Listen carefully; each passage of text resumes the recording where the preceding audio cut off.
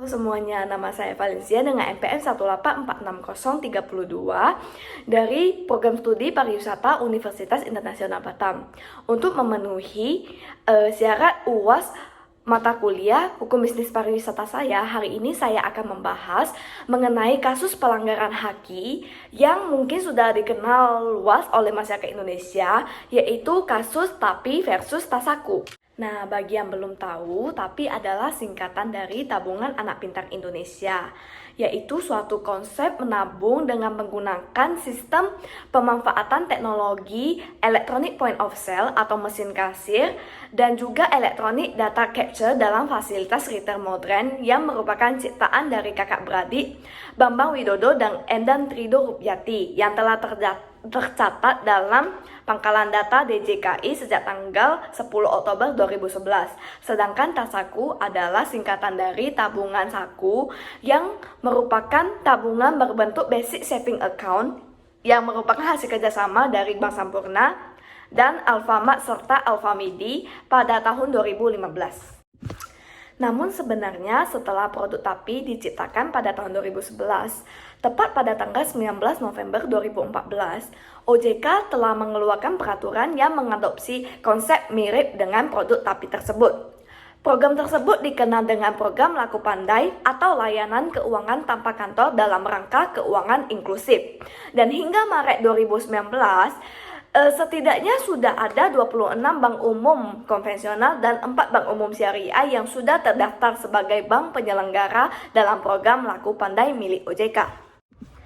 Sebagai informasi, konsep Laku Pandai berbentuk penyediaan layanan keuangan tanpa kantor atau branchless banking yang sasarannya adalah masyarakat kecil yang belum mengetahui atau belum menikmati layanan perbankan. Program ini dilaksanakan oleh bank penyelenggara melalui kerjasamanya dengan agen. Kuasa hukum Bank Sampurna menegaskan bahwa pihak mereka tidak melakukan pelanggaran hak cipta seperti yang digugat. Ia justru menyebut program TASAKU ini adalah bentuk realisasi dari POJK tentang Laku Pandai dan telah mengantongi 4 sertifikat HAKI atas nama TASAKU. Selain Bank Sampurna dan Alfa Group, sudah ada banyak sekali pihak yang membentuk program-program dengan sistem yang sama. Dengan kata lain, jika pihak penggugat melayangkan gugatan terhadap program TASAKU atas pelanggaran hak cipta, maka sama saja mereka menyerang atau melayangkan gugatan terhadap program Laku Pandai yang merupakan program yang dicanangkan oleh pemerintah Indonesia.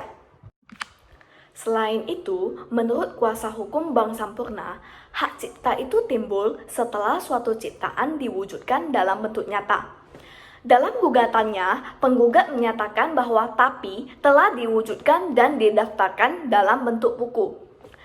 Namun demikian, hal tersebut juga sama sekali tidak dilanggar oleh pelaksanaan TASAKU.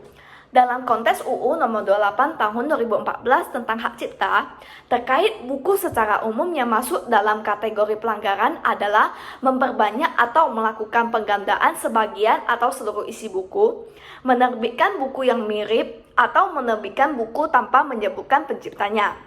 Selain tidak ada penggandaan atau cetak ulang tanpa izin seluruh atau sebagian isi buku, tidak ada pula penerbitan buku yang mirip atau menghilangkan hak pemilik hak cipta atau plagiat yang dilakukan oleh produk TASAKU. Dengan demikian, gugatan yang diajukan terkait pelanggaran hak cipta buku adalah gugatan yang keliru. Akhirnya, gugatan pelanggaran hak cipta terhadap Bank Sampurna beserta Alfa Group itu ditolak oleh hakim dengan alasan tidak adanya pelanggaran hak cipta yang dilakukan oleh Bank Sampurna dan Alfa Group. Karena produk TASAKU itu sebenarnya telah sesuai peraturan dari program Laku Pandai yang merupakan program OJK sendiri. Dari kasus ini dapat kita lihat betapa pentingnya pemahaman dan pendaftaran hak cipta suatu produk. Sehingga kasus-kasus seperti ini tidak akan terjadi lagi di masa mendatang jika kita benar-benar memahami isi dari pelanggaran hak cipta.